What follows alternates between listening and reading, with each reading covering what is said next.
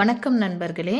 இந்த வீடியோல நம்ம கூட இருக்கிற போறவங்க ஷீபா மேம். அவங்க மிஸ்டர் ஞானாதிக்கம் கூட ஒர்க் பண்ணிட்டு இப்போ ஒரு ஃபுல் ஃப்ளெஜ் ட்ரைனரா மாறி இருக்காங்க.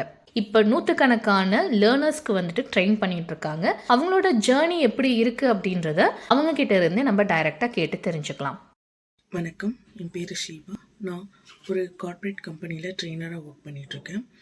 நான் 2 இயர்ஸ் பேக் ஞானாதிக்கம் சார் கிட்ட ஒர்க் பண்ணிகிட்டு இருந்தேன். அப்போது நான் காலேஜ் முடிச்சுட்டு அதுக்கப்புறம் நான் ஜாப் தேடிட்டு இருந்தேன். அந்த மாதிரி இருக்கும் போது எனக்கு ஒரு சான்ஸ் கிடச்சிது அவர் கூட ஒர்க் பண்ணேன். அப்போது எனக்கு பேசிக்கான விஷயங்கள் லைக் எப்படி பேசணும், இந்த மாதிரியான விஷயங்கள் எல்லாமே எனக்கு டீச் பண்ணியிருந்தாங்க.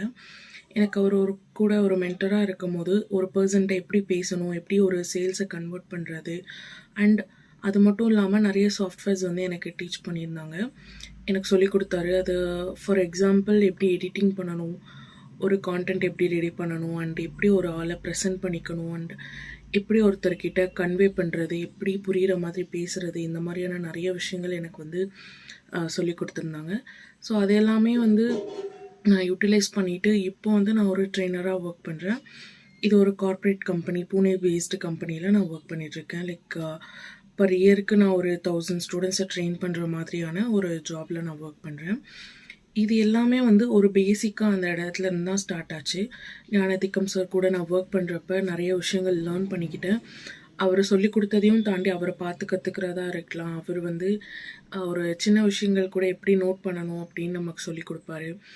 இது எல்லாமே அவர் கூட ஒர்க் பண்ணதும், அவர் கூட சைட் விசிட் போனப்போ, அண்ட் அவர் எப்படி ஒரு பர்சன் கிட்ட பேசுகிறாரு, என்ன மாதிரி அவங்க கிட்ட கன்வே பண்ணுறாரு, இந்த மாதிரி விஷயங்கள் எல்லாமே பார்த்து கற்றுக்கிட்டதும் சரி, அவர் கூட இருக்கும் போது அவராக கற்றுக் கொடுத்ததும் சரி.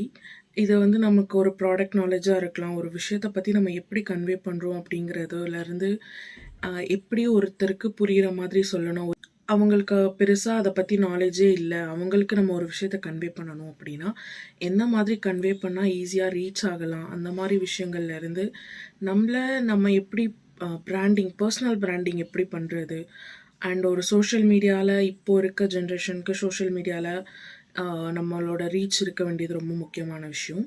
ஸோ அதில் ஒரு பேசிக்லேருந்து எல்லாமே எனக்கு டீச் பண்ணியிருந்தார். ஸோ அதெல்லாமே நான் யூட்டிலைஸ் பண்ணி இப்போது நான் ட்ரெயினராக இருக்கேன். அப்படிங்கும்போது நான் என்னோடய ஸ்டூடெண்ட்ஸ்க்காக இருக்கலாம், நான் எந்த அளவுக்கு பேசுகிறதும் கன்வே பண்ணுறதும் ஈஸியாக இருக்குது. ஸோ இது எல்லாமே அங்கேருந்து தான் ஸ்டார்ட் ஆச்சு. So thank you Gnanathikkam sir. Plus இப்போ அப்போ ஒரு ஃபார்ம் லேண்ட் வாங்கன்னு சொன்னார், அவைலபிளாக இருக்குது. ப்ளஸ் இங்கேருந்து தான் 70 இந்த இடத்துல